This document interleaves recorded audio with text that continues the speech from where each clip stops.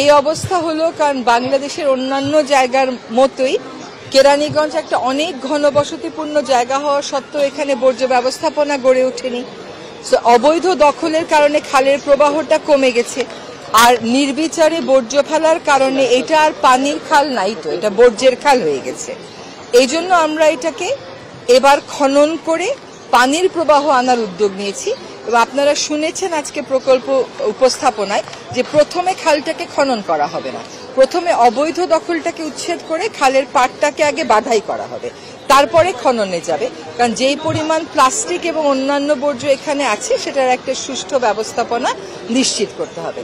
আরেকটা কথা ছিল আপনাদের যে এটাতে আগেও একটা প্রকল্প গ্রহণ করা হয়েছে, আসলে সেই 1700 কোটি টাকার প্রকল্পটাকেই আমরা কেটে ছেটে এখন 317 কোটিতে এনেছি। তো 17.5 কোটি টাকা থেকে 3.17 এনেছি, কারণ প্রথম 317 কোটি টাকাতে এনেছি।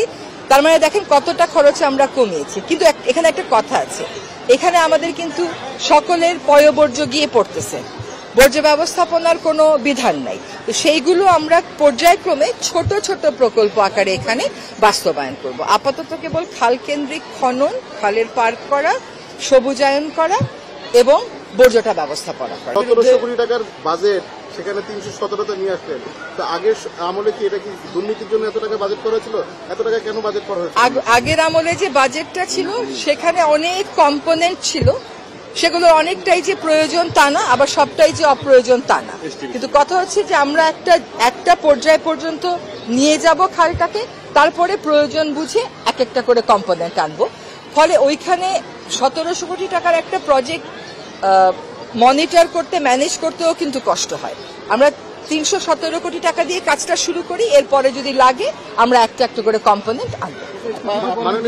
বুড়িগঙ্গা নিয়ে যুদ্ধ করেছেন, এটা আপনার বহুদিনের, আপনি আগেও বলেছেন যে ধলেশ্বরী পানিটা যদি এসে বুড়িগঙ্গায় পড়ে, বুড়িগঙ্গার কোনো উন্নতি হবে কি? শোনেন, আপনারা বুড়িগঙ্গা আগের অবস্থায় থাকবে এই কনক্লুশনে কি আপনি যেতে পারেন বাংলাদেশের একজন নাগরিক হয়ে?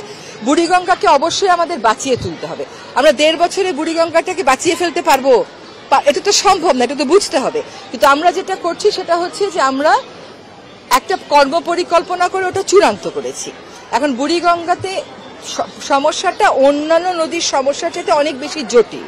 সেজন্য কোন দাতা গোষ্ঠী যদি সাহায্য করে তাহলে নানান রকমের প্রযুক্তি ওখানে লাগবে, সেটা আমরা পাবো, আমরা সেই চেষ্টাটা করছি। আপনাদেরকে একটা খবর শুধু দিয়ে রাখি যে আমরা প্রকল্পটা চূড়ান্ত করে এটার প্রাথমিক একটা অনুমোদন নিয়েছি, কিন্তু প্রকল্পটা আমাদের সময় হয়তো শুরু করা যাবে না, কিন্তু আমরা কাজগুলো শেষ করে দিয়ে যাব, একটা পর্যায়ে এনে দিয়ে যাব, যাতে করে আসল নদী রক্ষার কাজটা পরবর্তী সরকার এসে ওই প্রকল্পের